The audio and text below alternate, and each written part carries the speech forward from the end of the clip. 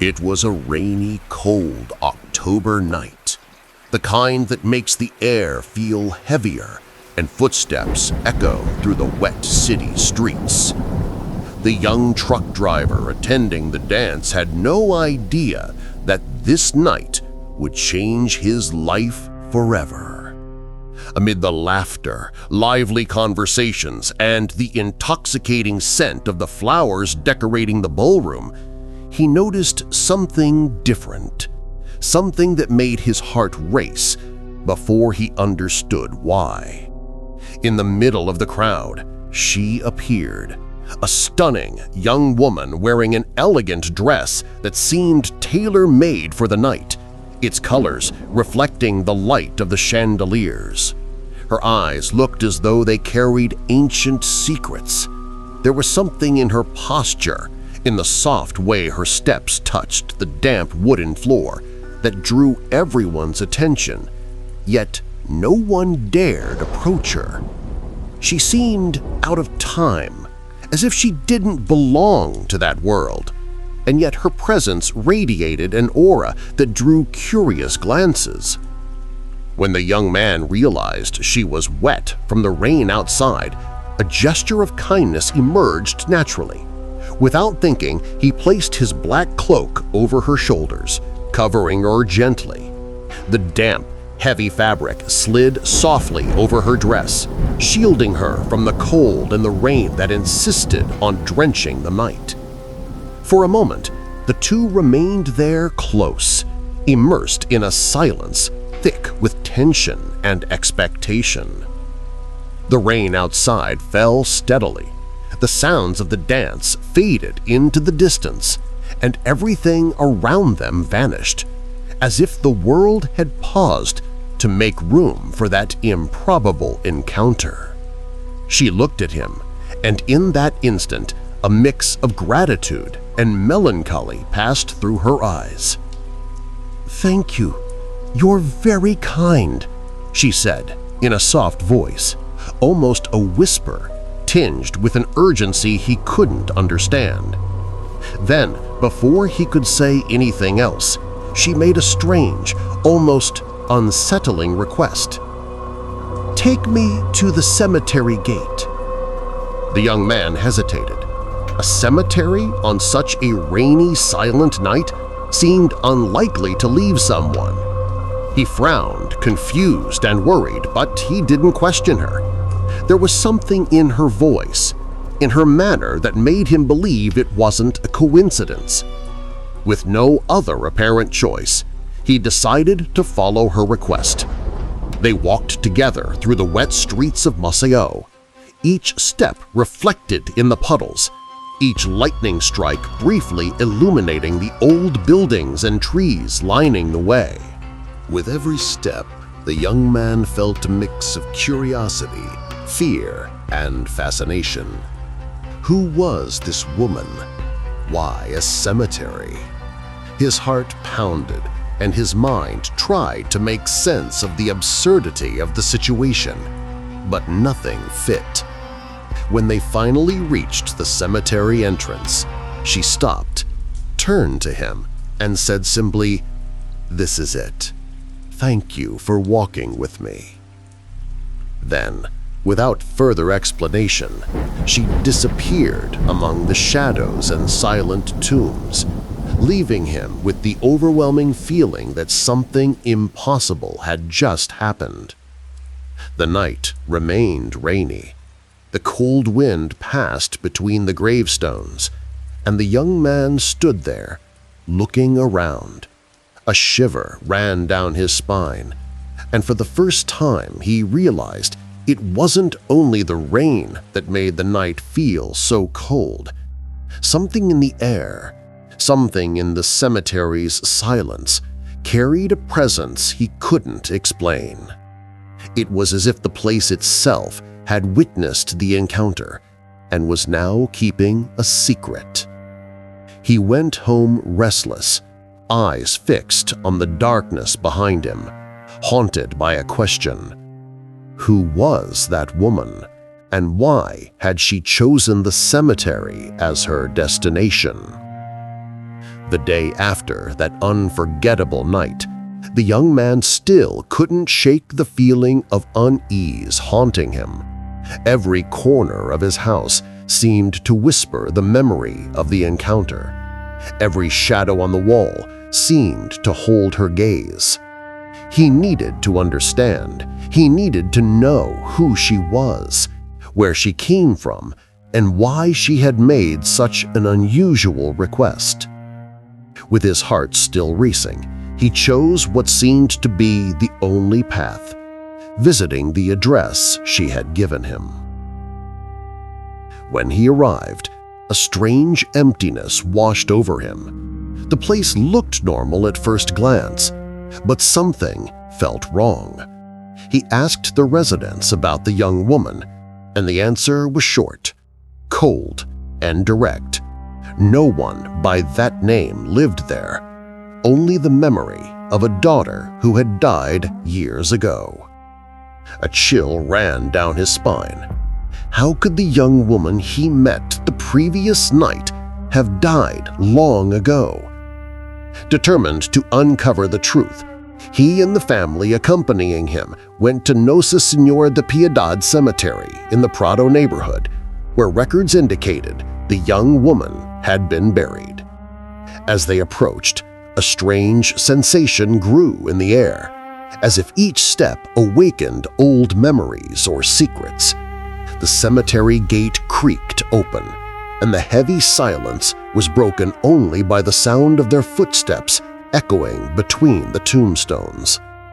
The rain from the night before had left small puddles, and the damp smell of earth and wilted flowers filled the air, creating an almost supernatural atmosphere. When they finally found the grave, the young man was speechless. Engraved in the cold stone was the name he was looking for: Carolina de Sampaio Marques, born March 21, 1869, died November 22, 1921. But what caught his attention most was what rested on the grave: a black cloak sculpture carefully positioned over the cross. It was as if the object carried her presence, as if the memory of that young woman had been trapped there, eternalized between life and death. Visitors over the years have reported the same sensations: sudden chills, shivers running down the spine, and the feeling of being watched. Some say the tomb becomes especially striking near All Souls' Day, when people visit out of curiosity or respect.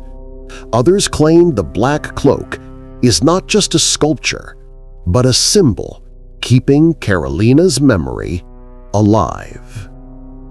Older accounts suggest that on silent nights, one can hear soft footsteps near the grave, as if someone is approaching or walking away, or even faint whispers asking for attention or company.